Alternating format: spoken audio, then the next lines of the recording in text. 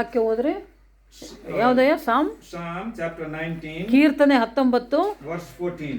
14ನೇ ವಾಕ್ಯ. 19ನೇ ಕೀರ್ತನೆ 14ನೇ ವಾಕ್ಯ. This verse is the key part of this entire psalm. ಇಲ್ಲಿವರೆಗೆ ನಾವೇನು 19ನೇ ಕೀರ್ತನೆಯಲ್ಲಿ ಇರುವಂಥದ್ದು 19 or 119? 19 chapter 14 verse. 19ನೇ ಕೀರ್ತನೆ 14ನೇ వాక్య.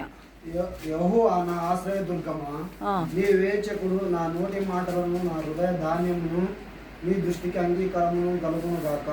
Hallelujah. Kannada ಓದಮ್ಮ.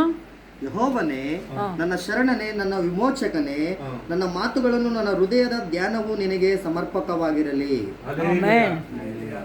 Anybody who sins, he sins from heart first before doing his action. ನೋಡಿ, ಪಾಪ ಮಾಡುವ ಪ್ರತಿ ಪಾಪಿ ಕೂಡ ಮೊದಲು ಹೃದಯದಿಂದ ಆಲೋಚಿಸಿ ಮನಸ್ಸಿನಿಂದ ಅಂದುಕೊಂಡು ಆಮೇಲೆ ಪಾಪ ಮಾಡ್ತಾನೆ. That is the reason we saw in Philippines, he gives his will and his act in our heart so that we will be having the mind of Christ. ದೇವರು ತನ್ನ ಚಿತ್ತವನ್ನು ನಮ್ಮಲ್ಲಿ ನೆರವೇರಿಸ್ತಾನೆ. ಏನಂದ್ರೆ ಆತನ ಮನಸ್ಸಿನಲ್ಲಿರೋದನ್ನು ನಾವು ಮಾಡಬೇಕಂತ, ನಮ್ಮ ಮನಸ್ಸಿನ ಪ್ರಕಾರ ಅಲ್ಲ. We have acceptable thoughts and acceptable word we speak, that will be wonderful in our life. ದೇವರ ಆಲೋಚನೆ ನಮ್ಮ ಆಲೋಚನೆ ಆಗಿರುವಾಗ, ದೇವರ ಮನಸ್ಸು ನಮ್ಮ ಮನಸ್ಸಾಗಿರುವಾಗ, ದೇವರ ಚಿತ್ತ ನಮ್ಮ ಚಿತ್ತ ಆದಾಗ ದೇವರಿಗೂ ನಮಗೂ ಗಟ್ಟಿಯಾದ ಸಂಬಂಧ ಇರ್ತದೆ. The word meditation means day and night. Day and night, no stop. Just like there is electricity every time we need. When there is no power, how we felt like that. If we stop, there will be problem. ದೇವರ ವಾಕ್ಯ ಪ್ರತಿ ದಿನ ಪ್ರತಿ ಕ್ಷಣ ನಾವು ಧ್ಯಾನಿಸುವವರಾಗಿರಬೇಕು. So when we meditate on him, his word, our thought will be his word. ದೇವರ ವಾಕ್ಯ ಧ್ಯಾನಿಸ್ತಾ ಇರುವಾಗನೇ ದೇವರ ಚಿತ್ತವು ನಮ್ಮ ಚಿತ್ತವು ಒಂದೇ ಆಗಿರುತ್ತೆ. Then we speak his word. ಆಗ ನಾವು ದೇವರ ವಾಕ್ಯವನ್ನು ಮಾತನಾಡುವವರಾಗ್ತೇವೆ. Then it will happen what his word says. ನಾವೇನು ಮಾತಾಡ್ತೀವೋ ಅದು ಆಗ್ತದೆ. One day my mother said, my family is from Hindu Brahmin family. Later she came to the Lord. And one day I came from the church after preaching. Then she asked me, where are you coming from? ನಮ್ಮ ಸೋಮಪ್ರಸಾದ ಅವರು, bishop ಸೋಮಪ್ರಸಾದಯ್ಯವರು ಬ್ರಾಹ್ಮಣ ಕುಟುಂಬದವರು. ಅವರ ಅಪ್ಪನವರು ಒಳ್ಳೆ ದೊಡ್ಡ ಪೂಜಾರಿ ಆಗಿದ್ದರು.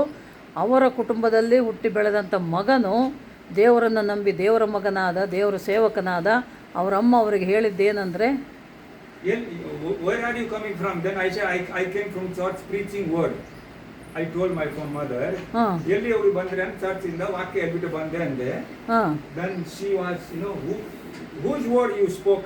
Then she asked me, ನೀವು ವಾಕ್ಯ ಹೇಳಿ ಬಂದಿದ್ದಾನೆ ಹೋಗಿ ಸೇವಕನಾಗಿ.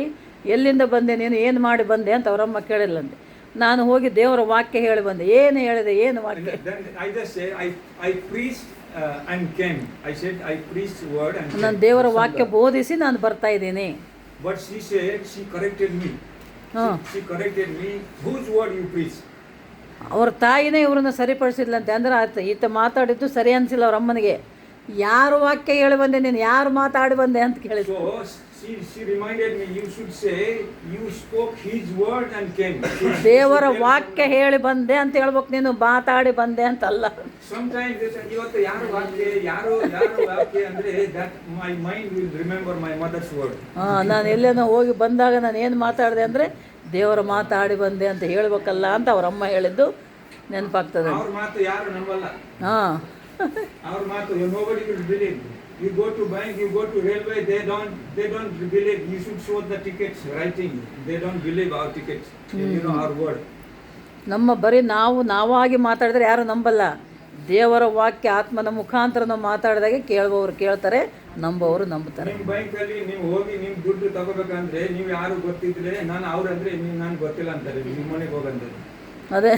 So you should write and give, then only trust. Otherwise they don't trust. ಈಗ ಬ್ಯಾಂಕಿಗೆ ಹೋಗಿ ನಿನ್ನ ಅಕೌಂಟಲ್ಲಿ ನೀನು ದುಡ್ಡು ನೀನು ಬರೆದು ಸೈನ್ ಮಾಡಿ ತಗೋಬೇಕು.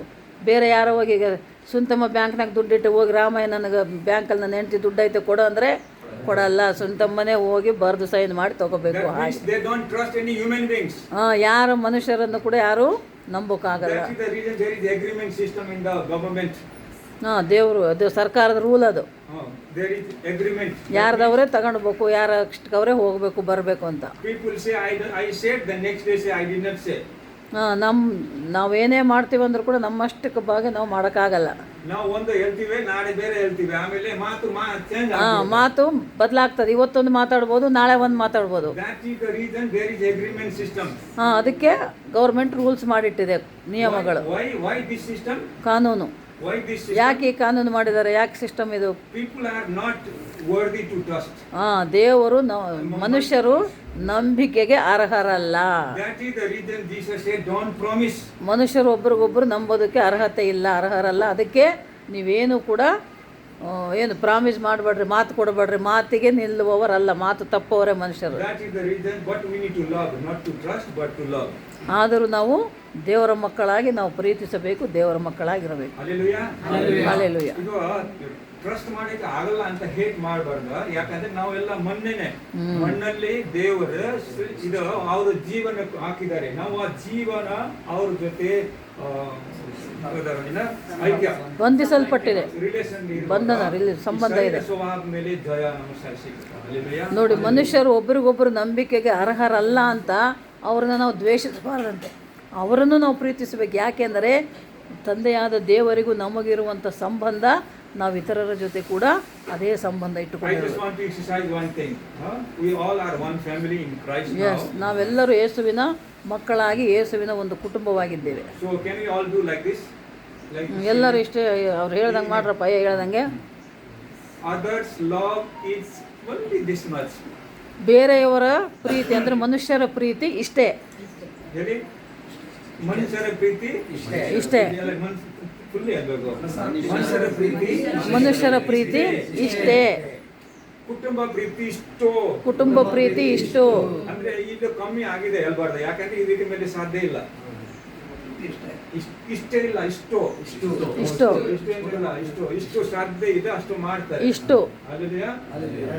ದೇವರ ಪ್ರೀತಿ ಇಷ್ಟು, ದೇವರ ಪ್ರೀತಿ ಇಷ್ಟು. ಇಷ್ಟು ಗೊತ್ತಾಗಿದ್ರೆ ನಮ್ಮ ಜೀವನದಲ್ಲಿ ಮನುಷ್ಯನ ಜೊತೆ ತೊಂದರೆ ಆಗೋದಕ್ಕೆ ಹಲ್ಲೆಲೂಯಾ. ಬೇರೆಯವರ ಪ್ರೀತಿ ಇಷ್ಟು, ಕುಟುಂಬ ಪ್ರೀತಿ ಇಷ್ಟು. ಇದು ನಮ್ಮ ಅಮ್ಮ ಹೇಳ್ಕೊಟ್ಟಿದ್ದು. ದೇವರ ಪ್ರೀತಿ ಹಲ್ಲೆಲೂಯಾ.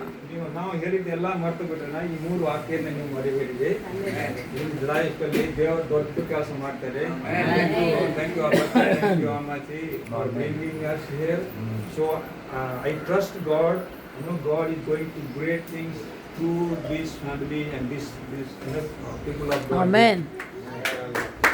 Price Lord. ದೇವರಿಗೆ ಕೋಟಿ ಕೋಟಿ ಸ್ತೋತ್ರ. ಏನವರು ಒಳ್ಳೆ ವಾಕ್ಯ ಹೇಳಿದರು. ಮಕ್ಕಳೇ, ದೇವರ ಮಕ್ಕಳಾಗಿ ದೇವರ ಸೇವಕರಾಗಿ ಎಲ್ಲ ವಾಕ್ಯಗಳನ್ನು ಮತ್ತೆ ಮನೆಗೆ ಹೋಗಿ ಧ್ಯಾನ ಮಾಡಿರಿ, ನೆನಪಿಟ್ಟುಕೊಳ್ರಿ. ದೇವರ ವಾಕ್ಯದ ಪ್ರಕಾರ ನಾವು ಜೀವಿಸುವವರಾಗಿರಬೇಕು. ಸೇವಕರಾದವರು ಬರೀ ವಾಕ್ಯ ಹೇಳೋದಷ್ಟೇ ಅಲ್ಲ, ವಿಶ್ವಾಸಿಗಳಾದವರು ಬರೀ ವಾಕ್ಯ ಕೇಳೋದಷ್ಟೇ ಅಲ್ಲ, ವಾಕ್ಯದ ಪ್ರಕಾರ ಜೀವಿಸುವವರಾಗಿ ನಾವಿರಬೇಕು. ಹಲ್ಲೆಲೂಯಾ, ಹಲ್ಲೆಲೂಯಾ, ಸ್ತೋತ್ರಂ. Praise the Lord. ಎಲ್ಲರಿಗೂ ವಂದನೆಗಳು. 2 ಪ್ರಾರ್ಥನೆಗಳು.